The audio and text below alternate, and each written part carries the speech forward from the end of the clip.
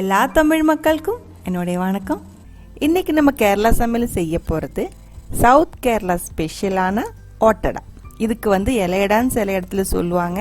ஆனால் இலையடா இதுக்கு முன்னாடி நம்ம செஞ்சுருந்தேன். ஆவியில் வேக வச்சுட்டு மலபார் ஸ்பெஷல் ஒட்டடையும் செப்பரேட்டாக செஞ்சுருந்தேன்.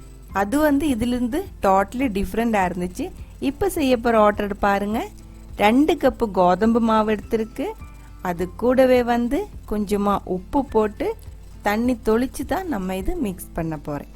எப்போவுமே சப்பாத்திக்கு பூரிக்கு பிசைகிற மாதிரி கட்டியாக செய்யக்கூடாது. இந்த அடைக்காக தண்ணி இதே மாதிரி கம்மியாக தொளிச்சு கொஞ்சம் லூஸாக தான் இந்த மாவு பிசைஞ்செடுக்கணும். நம்ம இது வாழை இலையில் வச்சு நல்லா கை வச்சு ப்ரெஸ் பண்ணி தான் இது அடை ரெடி பண்ணுவாங்க. அதனால சப்பாத்தியோட பதத்துக்கு இல்லை பூரியோட பதத்துக்கு கட்டி ஆயிடுச்சுன்னா மறுபடியும் இது நம்ம பண்ணும்போது இன்னும் ரொம்ப ஹார்டாகி போயிடும். கட்டி ஆகாமல் இருக்கிறதுக்கு இதே மாதிரி கொஞ்சம் லூஸாக மாவு பிசைஞ்சு எடுத்து வச்சுக்கோங்க. இப்போ மாவு ரெடியாக இருக்குது. இனி ஃபில்லிங் ரெடி பண்ணலாம். 1.5 கப்பு தேங்காய் எடுத்துருக்கு. அப்புறமா இனிப்புக்காக நான் இங்கே சேர்த்து கொடுக்கறது துருவன வெல்லம். சர்க்கரை கூட நீங்கள் சேர்த்து கொடுத்துடலாம். வெல்லம் இதே மாதிரி துருவி எடுத்துருச்சுன்னா அதுக்குள்ளே கல் மண் வேஸ்ட்டு ஏதாவது இருந்துச்சுன்னா நம்ம இதை எடுத்துக்கலாம். அதுக்கப்புறம் 1 டீஸ்பூன் ஏலக்காய் பவுடர், கொஞ்சம் சர்க்கரை சேர்த்து பவுடர் பண்ணி வச்சுருக்கு. அதே மாதிரி ஒரு 1/2 டீஸ்பூன் ஜீரகம், சின்ன ஜீரகம் இடித்து போட்டுருக்கு. அதுவும் நல்ல டேஸ்டாக இருக்கும். ரெண்டுமே சேர்த்து கையில் நல்ல ஒரு டைம் கலந்து விட்டுக்கோங்க. இப்போ ஃபில்லிங்கும் ரெடியாக இருக்குது, மாவும் ரெடியாக இருக்குது. இனி இது வாழை இலையில நல்லா ப்ரெஸ் பண்ணி எடுத்துக்கலாம். வாழை இலை பாருங்கள், இந்த சைஸில் கட் பண்ணி எடுத்து வச்சுக்கோங்க. கொஞ்சம் நல்லா கழுகி எடுத்துக்கோங்க. கொஞ்சம் ஈரமாக இருக்கணும், அப்போ தான் ஒட்டாமல் இருக்கும். இனி இதில் எப்படி ஸ்ப்ரெட் பண்ணுறேன்னு சொல்கிறேன். கை கொஞ்சம் எப்போவுமே வெட்டாக இருக்கணும், கொஞ்சம் நனைச்சிக்கோங்க. அதே மாதிரி அதுக்கப்புறம் தேவையான அளவுக்கு மாவு எடுத்துக்கோங்க. ஒரு கை ஃபுல்லாக எடுத்துக்கோங்க. மறுபடியும் கை தண்ணியில் நனைச்சதுக்கப்புறம் அது கை வச்சு இதே மாதிரி கொஞ்சம் முன்னாடி பின்னாடியும் தள்ளி தள்ளி ப்ரெஸ் பண்ணி கொடுத்துக்கோங்க. ஒரே மாதிரி ஈவனாக இருக்கணும். மாவு இதே மாதிரி கொஞ்சம் லூஸாக இருந்தால் தான் இதே மாதிரி ஈஸியாக பண்ண முடியும். அதனால தான் கொஞ்சம் லூஸாக பிசைஞ்சுக்கோங்க அப்படின்னு சொன்னேன். அதே மாதிரி அடை இன்னும் கொஞ்சம் சாஃப்டாக இருக்கிறதுக்கு மாவு இந்த கன்சிஸ்டன்சியில் தான் இருக்கணும். இதே மாதிரி ஒரு அளவுக்கு ரவுண்டாக பண்ணதுக்கப்புறம் நம்ம இதுக்குள்ளே ஃபில்லிங் வச்சுக்கலாம். ஓரமாக வைக்காதீங்க, நம்ம மடிக்கும் போது ஓரம் ஒட்டாமல் போயிடும். அதனால ஓரம் விட்டுக்கோங்க. நடுவில் மட்டும் ரவுண்டாக வச்சதுக்கப்புறம் நம்ம இது மடிச்சுக்கலாம். இதே மாதிரி மடிச்சு எடுத்து வச்சுக்கோங்க.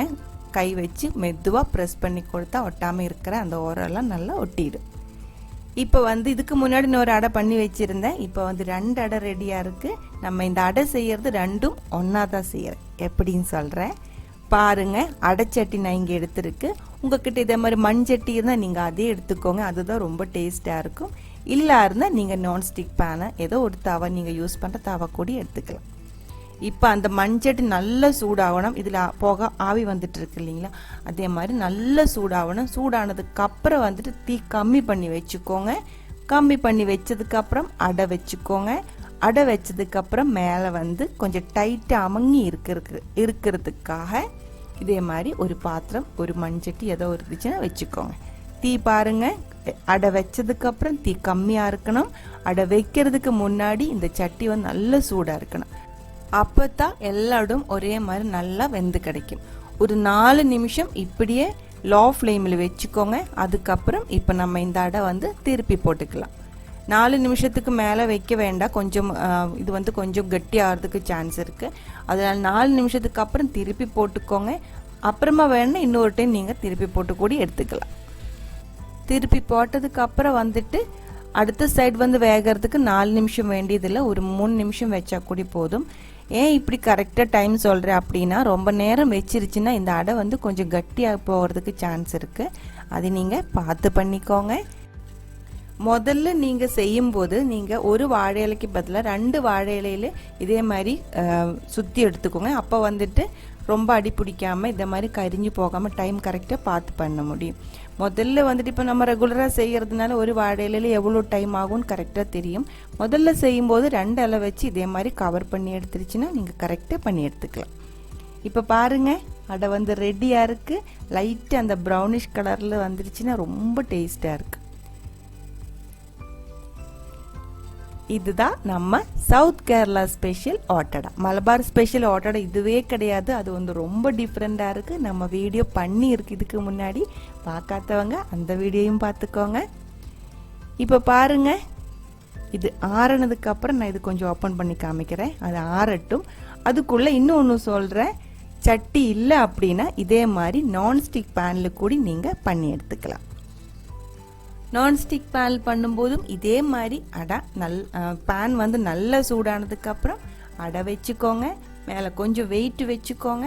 அதுக்கப்புறம் வந்துட்டு பாருங்கள், நான்ஸ்டிக் பேன் பண்ண அடையும் ரெடியாக இருக்குது. ஆனால் எனக்கு வந்துட்டு சட்டியில் பண்ணுற அடை தான் இன்னும் கொஞ்சம் பிடிச்சிருக்கு. இருந்தாலும் இதுவும் ரொம்ப டேஸ்ட்டாக தான் இருக்குது. கண்டிப்பாக ட்ரை பண்ணி பாருங்கள். இப்போ வந்துட்டு இந்த அடை வந்து நம்ம கொஞ்சம் பிரித்து பார்க்கலாம். இது ஆறிடுச்சு, எப்படி இருக்குன்னு நான் இது கொஞ்சம் ஓப்பன் பண்ணி காமிச்சு தர்றேன். இதுக்கு முன்னாடி நம்ம 2-3 அடையோட ரெசிபிஸ் செஞ்சுருக்கு. அது நீங்கள் பார்க்கல அப்படின்னா அது ஒரு டைம் பார்த்துக்கோங்க. எல்லா அடையுமே செய்கிற மெத்தடு, டேஸ்டி எல்லாமே டிஃப்ரெண்ட்டாக இருக்குது. இந்த ரொம்ப டேஸ்டியாக இருக்கிற, ஹெல்த்தியாக இருக்கிற இந்த ஆட்டடையோட ரெசிபி உங்களுக்கு பிடிச்சிருந்தா கண்டிப்பாக ட்ரை பண்ணி பாருங்கள். ட்ரை பண்ணி பார்த்ததுக்கப்புறம் உங்களோட கமெண்ட்ஸ் எல்லாம் சொல்லிவிடுங்க. இந்த சமையல் பிடிக்கிற ஃப்ரெண்ட்ஸுக்கு ஷேர் பண்ணி விட்டுக்கோங்க. நீங்கள் இதுவரைக்கும் கேரளா சமையலுக்கு கொடுத்துட்ருக்கிற சப்போர்ட்டுக்கு ரொம்ப ரொம்ப நன்றி. உடனே பார்க்கலாம் இன்னொரு ரெசிபியோடு. அது வரைக்கும் வணக்கம்.